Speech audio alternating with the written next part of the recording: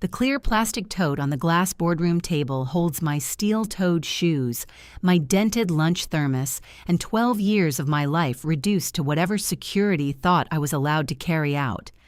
Elaine Porter slides my severance request back with 2 manicured fingers. You resigned voluntarily. Beside her, Dana Cho stops taking notes. I never resigned, I say. I never signed a release. I didn't sign anything. Beyond the glass wall, people on the sorting floor are pretending not to look at me. Elaine turns to Dana. This is an internal employment matter. Dana quietly opens her laptop. Then why was I copied? She clicks into an old thread. Most of it is routine, dock windows, scrub pair adjustments, weekend sterilization volume, until she expands the quoted history. A sentence from Grant Mercer appears on the screen. Once we eliminate Mara's position, Kelvin and Priya can absorb the account, provided she completes the root conversion first. Elaine reaches for the laptop too late. I recognize the date. I also recognize the yellow grease pencil mark beside that date on the root board sticking out of my tote. 24 days earlier, Grant had stood in the dispatch cage eating almonds from a plastic bag while I explained why his new routing software was about to send 400 pounds of clean linen to a locked loading dock. He ate almonds when he wanted people to believe the conversation bored him. The system uses the address in the contract, he said. The hospital has 6 loading docks. It has 1 shipping address and 1 morgue address. You want us to try that entrance next? Luis Barrett made a choking noise behind his coffee cup. Grant gave him a brief look, then turned back to the monitor. He was good at looking patient. It was one of the reasons he had risen from route supervisor to vice president of operations in 6 years. Grant rarely yelled.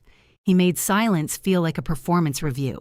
On the screen, the map showed our truck arriving at St. Vincent Medical Center at 6:12 a.m., unloading 32 carts in 11 minutes and leaving without encountering another human being. In reality, Dock C opened at 6.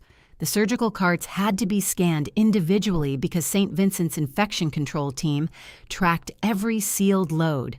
The elevator to the North Tower was shared with dietary deliveries until 7. And if you arrived after the dairy truck, you lost 18 minutes to yogurt. I picked up my yellow grease pencil and circled the 11-minute service window on the laminated route board. That number is fiction. It's an efficiency target. It's fan fiction. Luis coughed into his cup again. Grant's mouth moved at one corner. He found me funny when nobody important was watching. What do you need? He asked. 28 minutes at Dock C on weekdays, 35 on Tuesdays, and a manual override that survives the midnight sync. The sales presentation says 20. Then the sales presentation can unload isolation gowns. He folded the almond bag into a neat rectangle. Corporate wants the conversion done by the end of the month. Corporate doesn't have to explain to a charge nurse why her scrub cart is circling the parking garage. Mara. There it was, the soft warning in my name. I put the pencil down. Give me 28 minutes. 22. 26, and I'll stagger the return pickup. 24. Done. Grant offered his hand as if we had negotiated a shipping treaty. His palm was cool and dry. Mine had a yellow smudge across the side from the pencil. As he left the cage, he stopped beside Luis. Once Mara finishes the St. Vincent conversion, I want you cross-trained on her dashboard. Luis looked at me before answering. Sure. And Priya, Grant added. She should know the account too. I waited until the door clicked shut. Luis lowered his cup. Congratulations. You're finally important enough to clone. They'd need better hair. That's true. Kelvin has no chance. I smiled because the alternative was admitting I had felt something shift. Cross-training was normal. I had written half the training guides at Northstar, but Grant had said her dashboard, not the dashboard, and once she finishes, not while she's working on it. I picked up the grease pencil and wrote GMLB/PS cross-train beside the date. Luis watched me. You write down when the vending machine steals your dollar? Only if it denies it later. That afternoon, a calendar invitation arrived from Elaine Porter, an HR career path discussion. No agenda. 30 minutes. Glass boardroom. I forwarded it to my personal email, then felt ridiculous for doing it. At Northstar, the glass boardroom was where visitors sat because it was the only room without the smell of hot cotton. It looked over the sorting floor, where white sheets moved along overhead rails in ghostly rows. Grant called the visibility transparent leadership. Everyone else called it the aquarium. Elaine had arranged 3 documents in front of her when I entered the next morning. Grant sat at the far end with a stainless steel water bottle and an expression of supportive concern. That expression frightened me more than anger would have. "Mara, sit," Elaine said. She was in her early 50s, precise, without seeming stiff, with silver threaded through dark hair she wore at her jaw. She knew every employee's hire date and almost nothing else about them. 2 years earlier, when my mother died, Elaine had sent me the correct bereavement form in under 7 minutes. Grant leaned forward.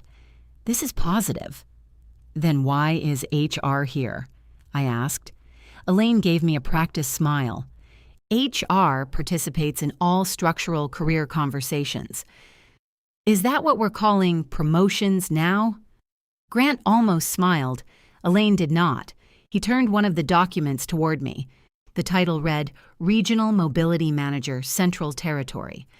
"We're reorganizing account operations," he said. "Your work with St. Vincent has shown that your strengths could be applied across the region." I scanned the first page.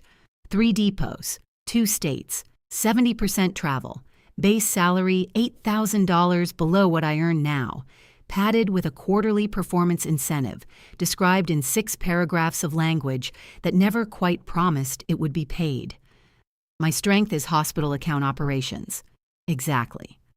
This is depot remediation, account operations at scale. The Cedar Falls depot lost its manager last month. We're aware. The Fremont depot has been missing soil room targets since January. That's why we need someone capable. I turned the page. And you want that capable person to take a pay cut. Grant unscrewed his water bottle. The total compensation opportunity is higher. Opportunity doesn't refinance a house. Elaine touched the 3rd document. There's a 14-day review period, after which we'd need your decision. That wasn't my question. Grant's gaze settled on me. He had brown eyes that made his attention feel warmer than it was. "Northstar is changing," he said.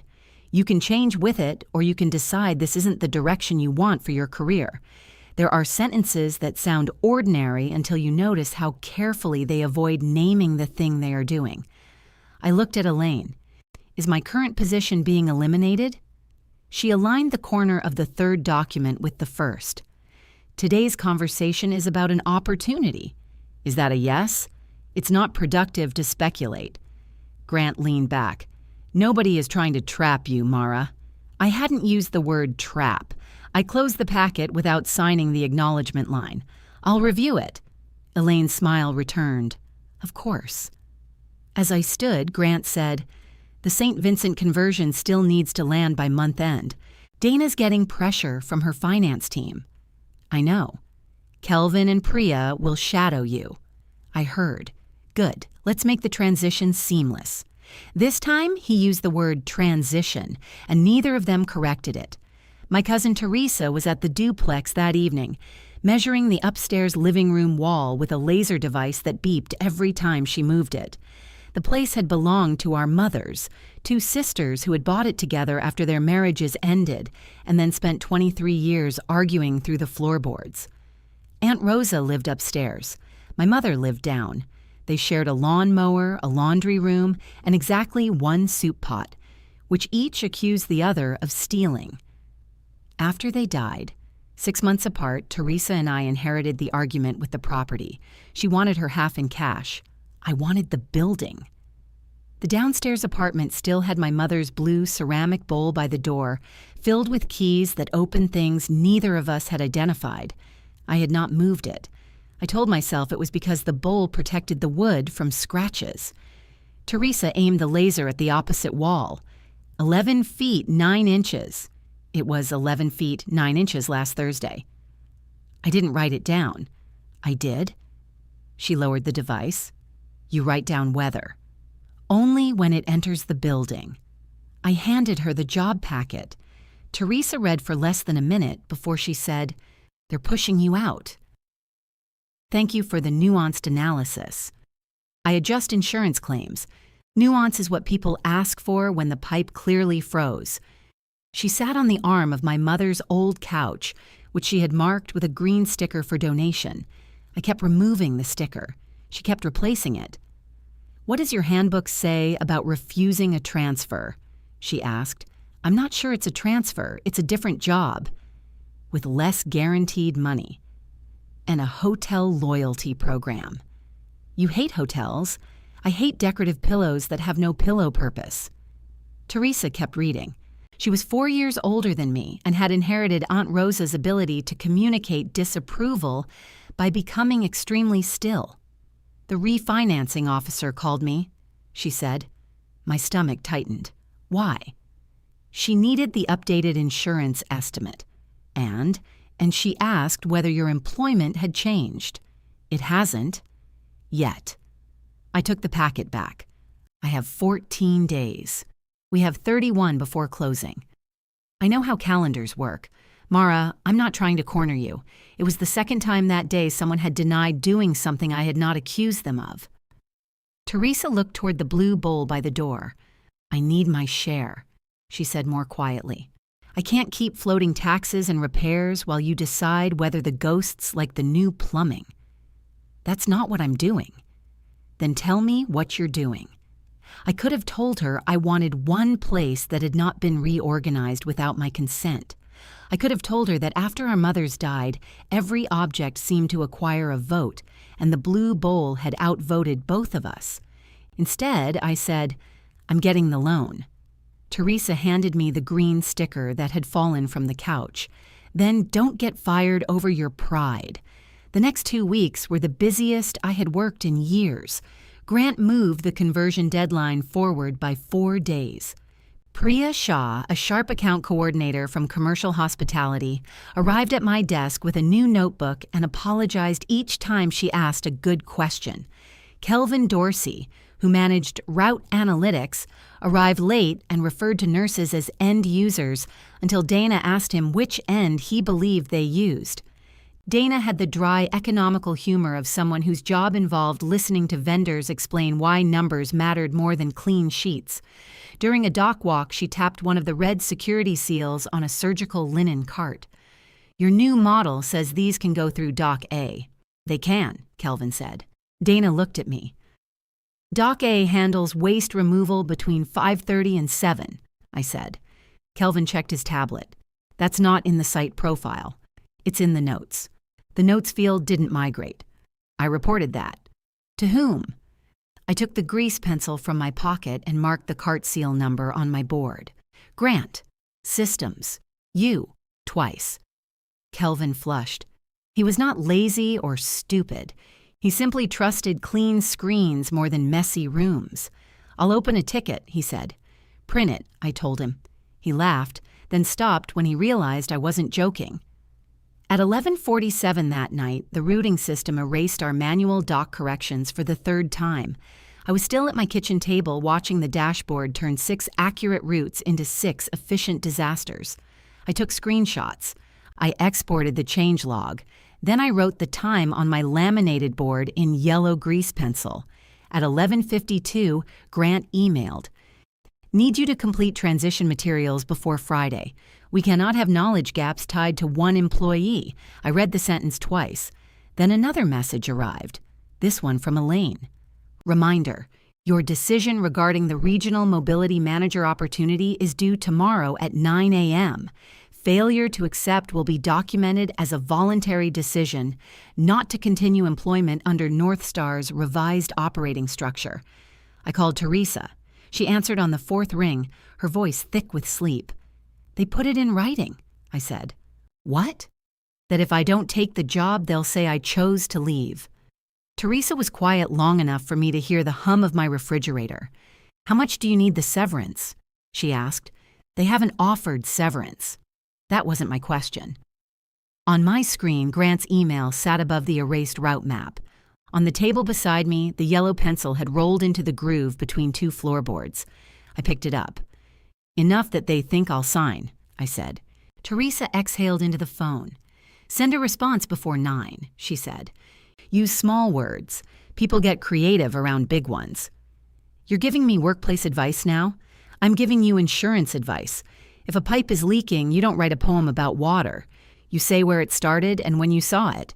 At 8:13 the next morning, I emailed Elaine, copied Grant, and blind copied my personal address. I have not resigned and do not intend to resign. I remain ready and willing to perform my current position as Senior Account Operations Manager. I am declining the Regional Mobility Manager position because it is a materially different role with reduced guaranteed compensation and extensive travel. Please confirm whether Northstar is eliminating my current position and provide any applicable separation and severance information. I stared at the word materially for a while before leaving it in. Elaine responded at 8:51. "Received. We can discuss next steps in person." Grant did not respond at all. At 9, Priya rolled her chair beside mine and opened her notebook. "I was told we need to finish the St. Vincent handoff today." "Conversion." She looked at me. "Right, conversion. What exactly did Grant tell you?" "That you're moving into a regional role." I declined it. Her pen stopped. "Does he know?" I used email, so I'm optimistic. Priya closed the notebook. She wore narrow red glasses and had the unnerving habit of considering an answer before speaking, which made most people fill the silence for her. "Am I taking your job?" she asked. "Not unless you've developed a sudden passion for hospital dock schedules." "I like schedules." "No one likes dock schedules. We appreciate them the way coastal towns appreciate seawalls." She smiled, but only briefly. "He told me this was growth." "For whom?" She opened the notebook again. "What do you want me to do?" It was the first useful question anybody had asked me all morning. "Learn the account," I said. "Not because Grant wants a clean handoff, because St. Vincent shouldn't pay for whatever this is." I showed her the root exception process, the cart seal sequence, and the ugly spreadsheet I kept because our elegant software treated every hospital wing as if it consumed linen at a predictable rate. Priya took careful notes. When I explained that the North Tower's Tuesday scrub usage jumped after holiday weekends, she asked why. Backlogged elective procedures. That's not in the forecasting model. The forecasting model has never had to wear paper pants because the scrub shelf was empty. She wrote paper pants in the margin. At 10:30, my access to the contract pricing folder disappeared. At 11, the system rejected my approval for an emergency driver. At 11:15, Grant appeared at the edge of my cubicle. "Walk with me." He led me past the folding lines where heated sheets snapped and rolled through the machines. The air smelled of detergent, metal, and something faintly scorched. We stopped near the viewing window above the soil room. Below us, employees in blue gowns separated incoming bags by fabric and contamination level. Grant folded his arms. "You copied yourself on internal correspondence." I kept my face still. "Did you access my personal email?" "You printed your reply at the dispatch printer." I had. It was probably still warm when one of his supervisors carried it to him. I wanted a copy. "You have access to your Northstar account. For now." His jaw tightened. Grant was competent enough to know that threats were most effective when the other person supplied them. Usually, I admired that kind of control, standing there. I hated that I had ever mistaken it for steadiness. "You're creating unnecessary friction," he said. I asked whether my job is being eliminated. "You were offered continued employment, in a different position. It's a promotion in scope, with less salary, with higher potential compensation, and 2 states of broken depots." He glanced through the window. "Cedar Falls has improved. It had a fire in one dryer and shut down half its volume. Technically, its late delivery percentage improved because it delivered less. That almost got the smile again. Almost. I advocated for you, he said. The sentence landed harder than I expected. Grant had advocated for me before. 6 years earlier, when a hospital account threatened to leave after 2 failed deliveries, he gave me authority to rebuild the route instead of bringing in an outside consultant.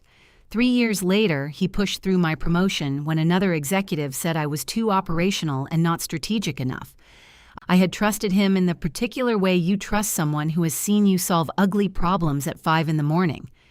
For this job? I asked. For a future here. My future needs a stable paycheck. Everyone's future requires flexibility. Is my current position being eliminated? He rubbed a thumb across his watch band. Elaine will handle classification. Classification of what? He looked at me then, and for 1 second the patience dropped away. Finish St. Vincent, Mara. A buzzer sounded below us as another load entered the soil room. Grant walked away before I could answer. At noon, Louise found me in the break room peeling the plastic film off a cup of soup. "You're locked out of dispatch approvals," he said. Apparently, I became dangerous between breakfast and lunch. He told us all exceptions go through Kelvin now. That'll be relaxing for Kelvin. Louise pulled out the chair across from me but did not sit. "You leaving?" "No." He said you turned down continued employment. I turned down a traveling cleanup job with a pay cut. Louise scratched the gray in his beard. He'd worked nights for 17 years and carried fatigue like another uniform. "Okay," he said, "because I don't like what they're asking." "What are they asking?" "To recreate the missing route notes. They're not missing.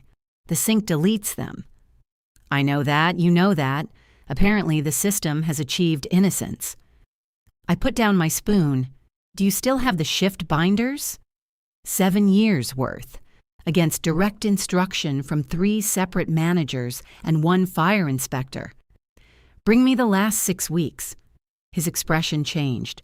"You building something?" "I'm trying to find out what they're building." He returned 20 minutes later with 2 black binders hidden in an empty pillowcase cart. Each nightly shift log had the date, driver initials, dispatch corrections, and Luis's cramped notes in blue ink. He had recorded every time the midnight sync wiped a manual entry. I compared them against the tickets I had submitted. The failures matched exactly. "You need copies," he said. "I need you not to get fired." That wasn't my question.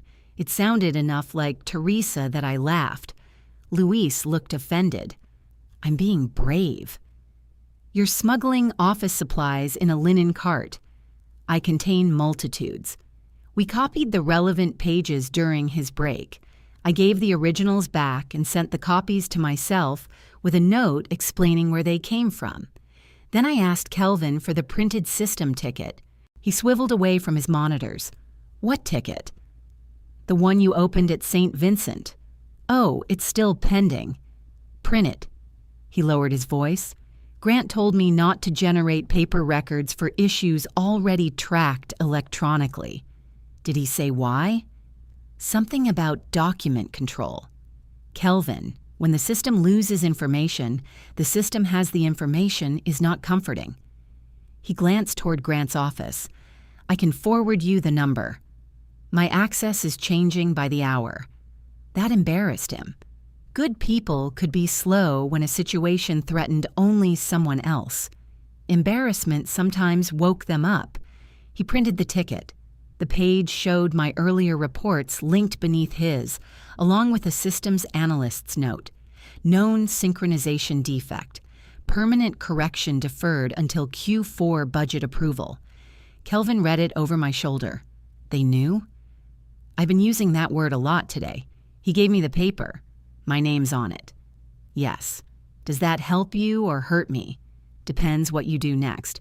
For the rest of the afternoon, he checked every manual correction before the sync and exported a backup without being asked. At 4, Dana called my desk. "I'm looking at tomorrow's conversion schedule," she said. "Why is Kelvin listed as account lead?" "You'll have to ask Grant." I did. He said you're transitioning. The word had become slippery from overuse. My position may be changing. May? HR hasn't answered a direct question. Dana was quiet. I could hear a hospital announcement behind her, then the squeak of a cartwheel. Is this going to affect service? She asked. I won't let it affect service while I'm responsible for the account. That sounds like an expiration date. I'm not allowed to speculate. She caught the borrowed phrase. You're very bad at sounding reassured. I've had limited practice. Tomorrow, Doc C, 5:45. I'll be there. Grant called me into his office 11 minutes after I hung up.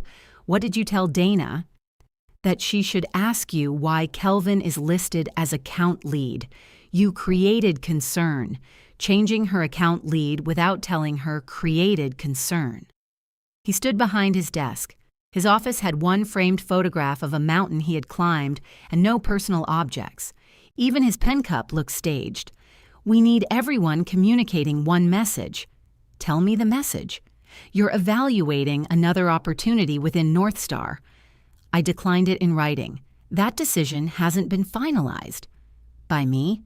By the company. I watched him rearrange a stack of route reports until their edges aligned. If you alarm the client, he said, that becomes a conduct issue. Answering her question becomes misconduct? Undermining a transition does. And if I help the transition, you'll say I completed a handoff before choosing to leave. His hand stopped on the papers. There it was, small but visible. He'd not expected me to say it aloud. You're upset, he said. Go home. Be at St. Vincent tomorrow. I picked up my notebook. Mari. I turned. This doesn't have to become adversarial. You keep saying things don't have to become what they already are. The conversion started badly. At 5:58 the next morning, a Northstar driver followed the new route instructions to Dock A, exactly as the software told him. A waste truck was backed into the bay. Behind it, a line of food service vans stretched around the corner. Dana stood at Dock C with her arms folded over a navy coat. Kelvin looked at his tablet as though it had personally betrayed him. I changed this, he said. You did, I said. I watched it save. Then midnight came. The driver called dispatch. Luis answered and using the exported backup redirected him around the East Service Road. Priya met the truck at the turn with a reflective vest over her office clothes. We got the surgical cart scanned by 6:27, 3 minutes outside the negotiated window. Dana checked her watch. 24 minutes, she said to me. 29 today. Yogurt. Waste truck. She looked at Kelvin. Put that in your site profile. He did. The rest of the morning became a chain of small emergencies that never got large enough to be visible. A cart seal failed. 2 bags of thermal blankets were labeled for the wrong tower. The north elevator went into service mode, and Priya rerouted delivery through a corridor the software did not recognize. At 9:20, Dana found me writing seal numbers on my board. You carry that thing everywhere? The pencil or the board? Both. The board doesn't run out of battery. The pencil doesn't ask me to reset my password. She nodded toward the fresh yellow marks. And those? Things somebody will claim didn't happen. For a moment, she studied me instead of the board. Then Grant arrived. He had brought coffee for Dana and none for anyone else. He congratulated Kelvin on a smooth conversion, praised Priya's adaptability, and referred to me as our regional expert twice. Dana accepted the coffee without drinking it. Mara tells me her role may be changing, she said. Grant smiled. We're expanding her impact. Mara didn't say expanding. Mara's still reviewing her options. I declined the regional position, I said. The dock seemed to get louder around us. Grant's smile held. We'll discuss that internally. Dana looked between us. Who manages my account Monday? Kelvin, with Priya supporting. And Mara? Mara has elected not to continue under the new structure. I did not elect that. Priya stopped writing. Kelvin stared at his tablet. Grant's voice remained level. This is neither the time nor the place. Dana handed his coffee back to him. Then find both, she said. That afternoon, Elaine sent a meeting invitation for Monday at 8. Separation review. I replied with one sentence. For clarity, I have not resigned and remain available to work. At 5:06, my name disappeared from the following week's schedule. At 5:14, Teresa texted me a photograph of a for sale sign leaning against the duplex porch. I called her from the parking lot. You ordered a sign? I ordered an option. You promised me until closing. I promised to cooperate with the refinance. I didn't promise to lose another buyer if it failed. It hasn't failed. The bank called again. I leaned against my car. Employees were leaving in clusters carrying coolers and work boots. Across the lot, Grant unlocked his black SUV and saw me watching him. Teresa's voice softened. Take whatever they offer, Mara. You think I should let them say I quit? I think walls are walls, jobs are jobs. Your mother is still gone. The cruelty of it was that she meant to free me. I ended the call before I said something designed to wound her back. Monday morning, my badge flashed red at the employee entrance.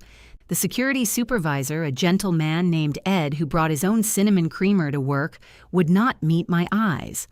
I have instructions, he said. My meeting is at 8. I'll escort you. He gave me a clear contamination tote for my belongings. I placed my steel-toed shoes inside, then my thermos. My metal root board barely fit. The yellow grease pencil remained clipped at the top. Ed walked me through the sorting floor. Heads turned as we passed. A sheet hung crooked from an overhead rail, one corner dragging like a white flag.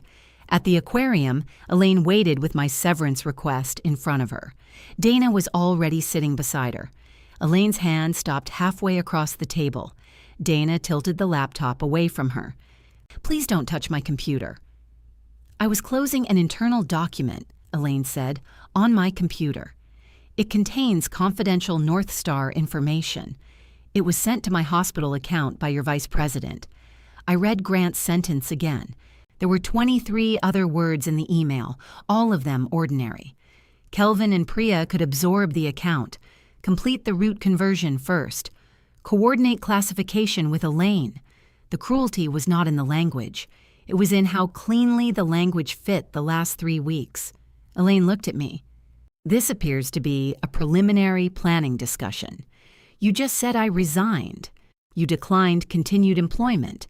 After they decided to eliminate my job, we offered you a role under the revised structure, with less guaranteed pay. The incentive opportunity is not guaranteed pay. Dana scrolled farther up the thread. I received this on the 7th, she said. Mara was offered the regional role on the 9th. Elaine's face changed by less than an inch. Her lips tightened, then relaxed. Dana, I understand why this looks concerning without the full business context. It looks like an email. It reflects one possible operational scenario. I pulled my route board from the tote and laid it beside the laptop. The yellow markings had smeared where my thermos rubbed against the laminate. I found the 7th, GM, LB/PS cross-train. On the 9th, I had written HR, regional. On the 23rd, access denied, Lewis override, 627. Elaine glanced at the dates. What is that? My work log. That may be company property. The route sheet is. The clipboard is mine. $16 at an office supply store if you'd like the receipt. I'll need the route sheet. I unclipped the laminate and slid it toward her. Before she took it, Dana photographed it with her phone. Elaine looked at her. Hospital delivery records, Dana said. The boardroom door opened, and Grant came in carrying his stainless steel bottle. He saw the laptop, the route sheet, and my clear tote. His eyes moved through the room in that order. Dana, he said, I didn't realize you'd be joining us. You put this meeting on my transition agenda. For 10:30, I had room at 8. He recovered quickly. That was one of Grant's real talents. Surprise rarely lasted long enough on him to become weakness. Elaine turned the laptop so he could see his email. Grant read it without leaning closer. That was an early staffing model. You called it an elimination, I said. We were evaluating several structures. Which other one did you offer me? The regional position was designed around your skill set. The regional position existed because 3 depots were failing. You're qualified to fix them. And if I didn't, you plan to say I left voluntarily. Elaine placed one hand flat on the table. We are going to pause this conversation while I review the complete record. Am I employed during the pause? I asked. Your separation is effective today. Then what are you reviewing? The classification. And my severance? The company has not approved severance. Dana closed her laptop. St. Vincent expects continuity on this account, she said. I want written confirmation today of who has authority to correct rude exceptions. Grant nodded. Kelvin does. Kelvin's correction vanished Friday night. That defect is being addressed. It was reported months ago. Grant looked at me. There was no anger in his face. Anger would have admitted I had reached him. Instead, he gave me the calm, disappointed attention of a manager watching an employee make a regrettable choice. We'll provide St. Vincent with a formal response, he said. Dana stood. Send it to me, not around me. Elaine collected the rote sheet. I put the empty metal clipboard back in my tote. Grant held the door as I left. Mara, he said quietly. I stopped beside him. You could have handled this differently. So could you.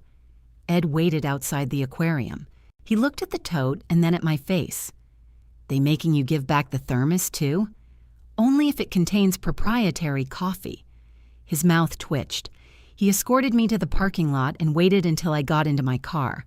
On the passenger seat, the clear tote looked even worse in daylight.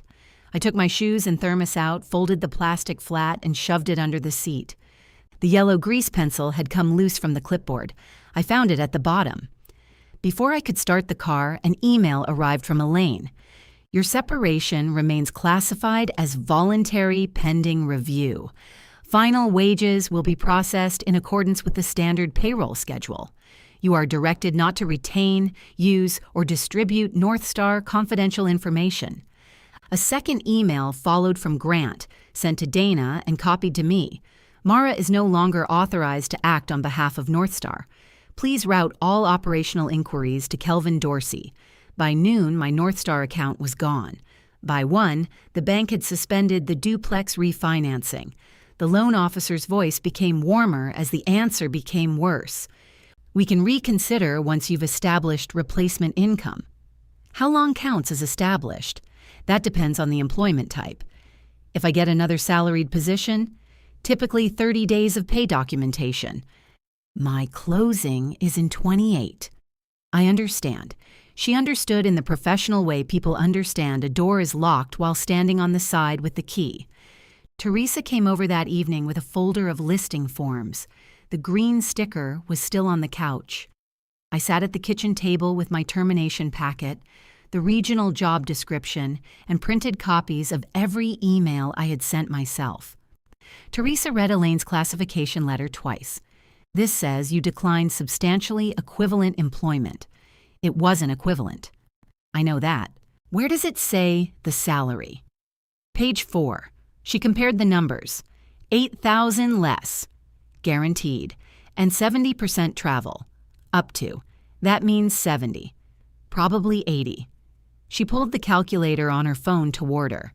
The incentive could make up the difference. If 3 broken depots hit targets they haven't hit in a year. Teresa turned to the employee handbook. I had downloaded it the night before my access disappeared. What does voluntary do for them besides severance? It keeps the layoff out of their workforce reduction numbers. Why do they care? I don't know. That was not entirely true. Northstar had been polishing itself lately. New uniforms, fresh paint in the visitor corridor, consultants who asked questions about route density and labor utilization, then left without touring the soil room. Grant had called them strategic partners. I did not have a document proving why any of it mattered, so I did not say it. Teresa tapped Grant's email with one fingernail. This is enough to make them nervous. It was enough to make Elaine use the word preliminary 6 times, then make being nervous expensive. You told me to take whatever they offered. They offered you nothing. Her anger warmed me until I noticed the listing forms. You still brought those. I have to. You don't have to list this week. I have a cash buyer who will walk if I stall again. You found a buyer before you ordered the sign? Teresa looked down. The answer sat between us. How long? I asked. 2 weeks. You've been negotiating behind my back for 2 weeks. I've been protecting my half. That sentence sounds familiar. Mara, I have spent a year waiting for you to be ready to clear the closets, ready to refinance, ready to admit this building costs money while nobody lives upstairs. I live here. You camp in the downstairs apartment with dead people's furniture. I stood so fast the table shook. Teresa flinched, then hated herself for flinching. You want your money, I said. Fine, list it. That isn't what I want. It's exactly what you want. I want this to stop being the only way we're related. I opened the door. She gathered the forms slowly. At the threshold, she looked toward the blue bowl. You know, half those keys don't open anything anymore, she said. Take your sign when you go. The next morning, Dana called my personal number. We missed the North Tower window, she said. By how much? 41 minutes. We also received thermal blankets on the oncology cart and no isolation gowns on 3. I closed my eyes. Did Kelvin use the exported backup? He says Northstar has restricted access to unofficial records. They're system exports. Grant's position is that manual corrections need to be revalidated. They were validated when we made them. I know. She sounded tired, which bothered me more than panic would have. Dana managed shortages without drama because drama used time. What do you need? I asked. Your correction protocol. I delivered it to Northstar Friday. They sent me a summary. The summary leaves out the doc matrix. Yes. And the seal exception table. Yes. And the Tuesday forecast adjustment. A pause. Yes. I went to the window. The for sale sign stood in the front yard now, straight and bright against the damp grass. Dana, if I reconstruct that, it's work. I agree. I'm not doing emergency favors so Northstar can call me disloyal and use my work anyway. I agree with that too. You're agreeing very efficiently. I have a purchasing request open on my other screen. She proposed a 10-day consulting engagement through St. Vincent, limited to receiving site workflows and hospital-owned delivery records. The rate was higher than my old hourly equivalent. Not generous enough to change my life, but high enough to establish that my time had not become free because Northstar discarded it. I won't use their internal files, I said. I don't want their files. I want my hospital to receive what it pays for. And you initiated this call. I can put that in the agreement. Put it in the first paragraph. She did. The first thing I built was not a route. It was a boundary list. Hospital receiving times, hospital seal scans, hospital shortage reports, Dana's archived email threads, nothing from Northstar's live systems, nothing Luis or Priya sent privately, no hidden rescue work. Then I recreated the correction protocol from the fax St. Vincent owned. At 6:04 the next morning, Kelvin called. I let it go to voicemail. At 6:06, he called again. At 6:08, Dana texted. He has authorization to speak with you under our purchase order. I answered. I'm at Dock A, Kelvin said. His voice was tight. Dispatch says Dock C is closed. It isn't. The system note says construction. That was last October. He went quiet. Open the site profile, I said. Is there a source date on the construction note? October 12th. And the doc matrix? Blank. Use St. Vincent's receiving portal. Dana granted you access yesterday.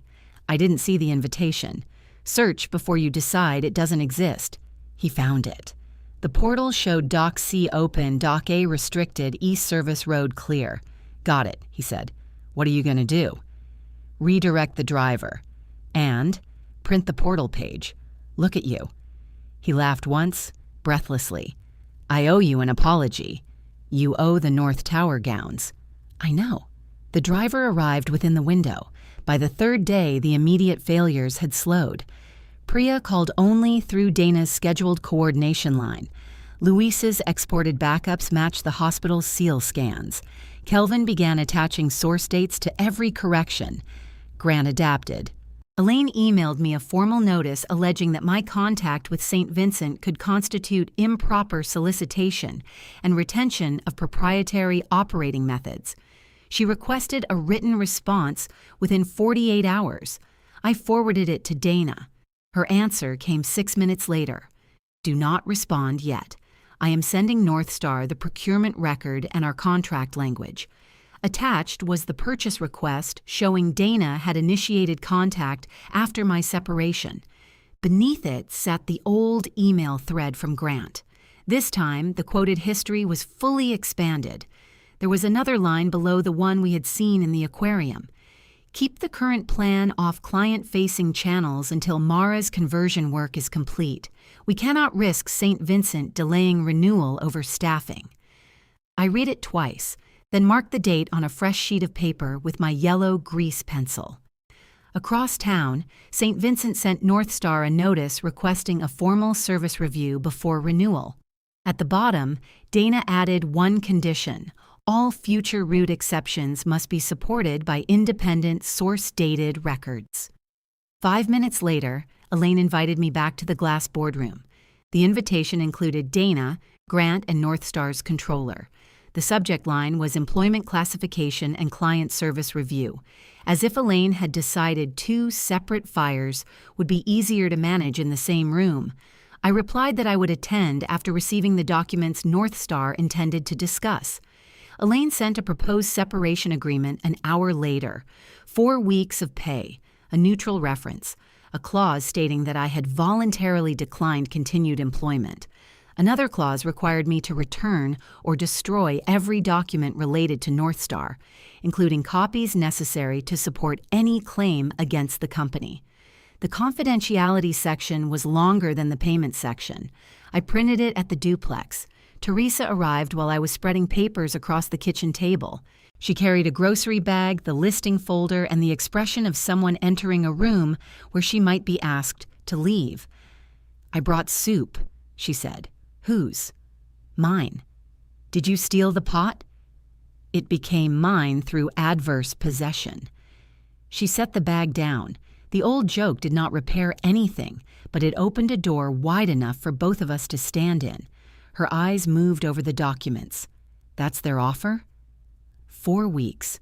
You were expecting 16. That's the policy for my tenure.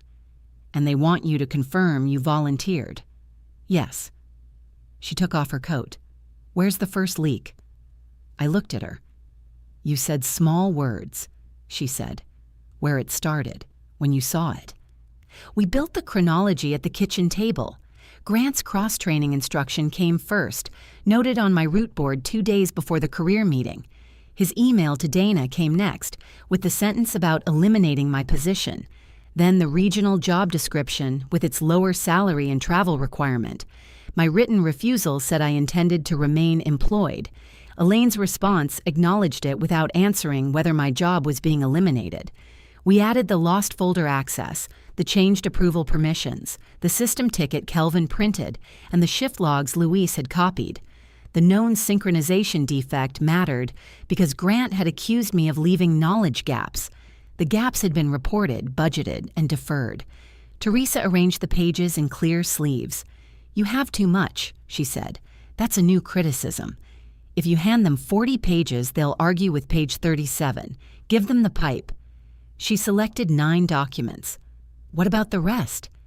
Keep it available. Don't make them comfortable by showing them every answer. I watched her label the sleeves with square white stickers. Her handwriting looked like Aunt Rosa's, heavy on the downstrokes. Did you accept the buyer's offer? I asked. No. Are you going to? The offer expires Friday. My meeting was Thursday. You gave me 1 day. I gave you a year, then another month, then 2 extra weeks. And now 1 day. Yes. I wanted her to be wrong because anger is easier when the other person is wrong. She capped the marker. I paid for the roof patch, she said. I paid the back taxes while the estate was frozen. I covered the insurance after the carrier raised the premium. I love you, but I can't keep lending money to a building because our mothers were happy here sometimes. Sometimes? They fought about that soup pot for 11 years. They liked fighting. I know, that doesn't make it happiness. I touched the edge of the blue bowl by the door.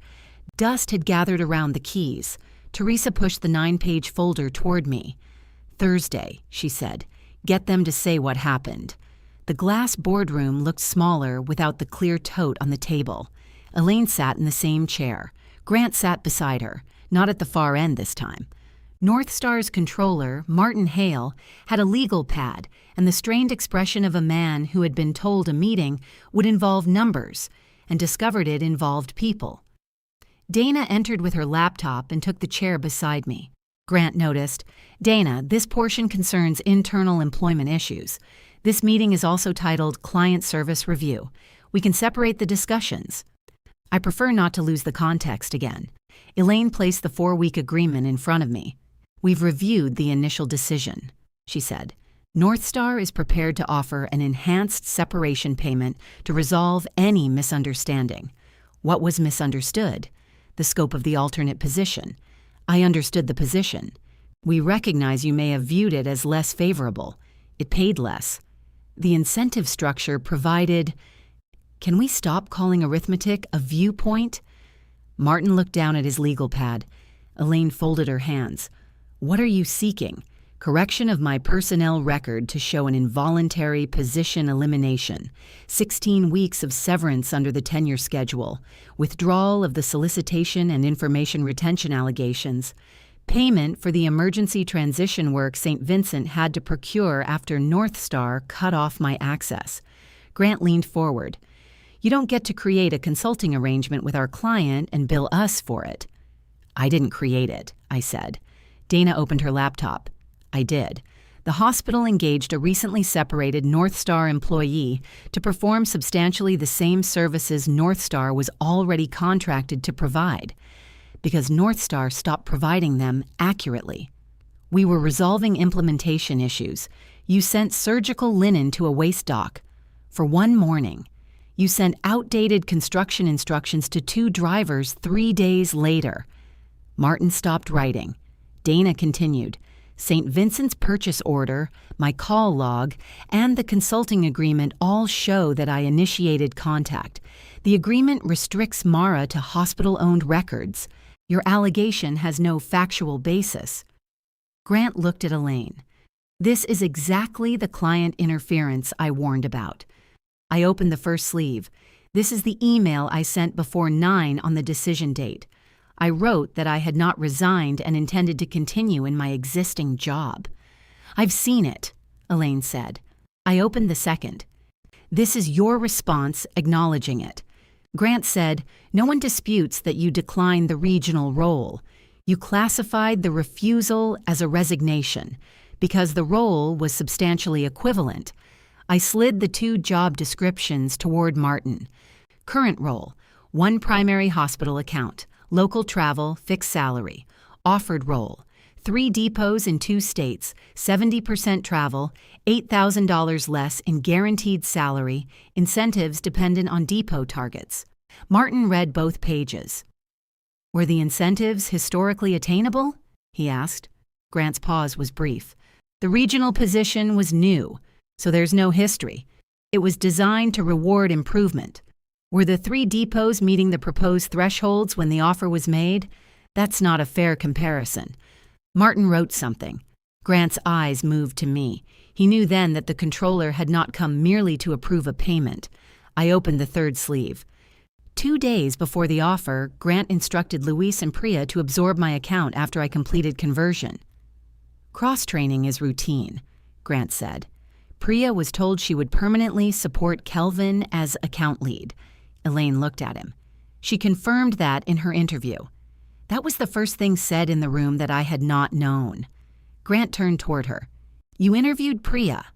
I reviewed the complete record. The words were the same ones Elaine had used to delay me in the first meeting. This time, they made Grant sit back. I slid Kelvin's printed ticket across the table. This shows Northstar knew the system was deleting manual corrections. Here are Luis's corresponding shift entries. The dates match the failures reported in my tickets. I didn't withhold transition knowledge.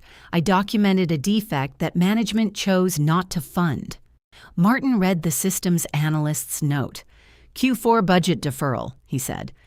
Grant's voice sharpened. That decision was based on cost and temporary workarounds. Mara was one of the people responsible for maintaining the workaround. And I did, I said, until you remove my access. I placed Elaine's Monday email beside the schedule showing my name had disappeared Friday afternoon. Grant looked at the documents, then at me. You planned this. I kept records while you planned this. Dana expanded the original thread on her screen. The email filled the space between us again. Once we eliminate Mara's position, complete the route conversion first. Keep the current plan off client-facing channels. 3 clean sentences, each one attached to a date, each date attached to an action. Grant took a breath. This was part of a broader restructuring designed to protect the company, he said. Northstar is facing a potential acquisition. If our operating costs stay where they are, the buyer won't preserve every depot. I was trying to keep hundreds of positions from being treated as excess capacity. For the first time, he said the quiet part, as if it belonged to him rather than a spreadsheet. I believed him. That was the worst of it. Grant had not woken up wanting to humiliate me. He had wanted lower costs, a stable client, and a clean acquisition. He had decided my salary, severance, and consent were variables he could control. When I resisted, he controlled harder. You could have told me my job was ending, I said, and risked the conversion. You thought I'd sabotage St. Vincent? I thought you might leave before it was complete. So you needed my professionalism, but you didn't think I deserved yours. Grant looked away first. Elaine requested a recess. Dana and I waited in the corridor. Through the glass, Elaine spoke while Martin listened. Grant stood with both hands on the back of a chair. You okay? Dana asked. I'm calculating whether 4 weeks can become 16 through the power of uncomfortable silence. You're joking. Barely. She closed her laptop. St. Vincent's renewal decision stands separately from your agreement. I need you to know that. I do. If Northstar corrects your record, I'm not removing the reporting condition. I wouldn't ask you to. That answer is why I'm keeping it. Elaine opened the door 22 minutes later. Northstar increased its offer to 12 weeks, corrected classification and withdrawal of the allegations. I declined. Elaine's composure finally cracked.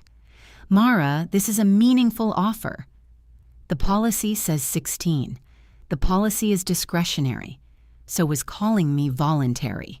Martin rubbed the bridge of his nose. I gathered my folder. My refinancing deadline is tomorrow, I said. You know that because I told Grant why guaranteed salary mattered. I understand the pressure I'm under. I'm still not signing a statement that turns your decision into mine. I left before they could improve the offer by another week and call it generosity. That night, I sat on the duplex stairs while Teresa took the for sale sign out of the yard. I thought the offer expired tomorrow, I said. It does. Then why are you taking down the sign? Because the buyer drove past 3 times today and I decided I hate him. That's not sound claims practice. He has a vanity plate that says Cashman. She laid the sign on the porch. I asked for 2 more weeks, she said. He said no. So we lose him. Yes. You could lose money. Yes. I looked at her. She shrugged. I contain multitudes. The laugh came out wrong and became something else. Teresa sat beside me before I could hide it. I'm sorry, I said. For which thing? The buyer, the taxes. Making the house carry everything. She rested her shoulder against mine. I'm sorry I put the sign up before I told you about the offer. You did tell me. After I put the sign up. That's Porter-level disclosure. I wiped my face with my sleeve. Cruel. Accurate. Elaine called at 9:08 the next morning. Northstar would pay 16 weeks. My record would state position elimination due to restructuring. Effective the Monday my badge was disabled. The company would reimburse St. Vincent for my consulting engagement and pay the final 2 days directly through the same rate. The allegations would be withdrawn in writing. My reference would confirm my title, tenure, and successful completion of the St. Vincent conversion. There was one more condition, but it was theirs to carry. Grant was removed from the account, and all route exceptions would be independently logged as St. Vincent required. I returned to sign the following Monday. Elaine signed the classification correction herself. Her pen paused over the line marked separation type. Involuntary position eliminated, she read.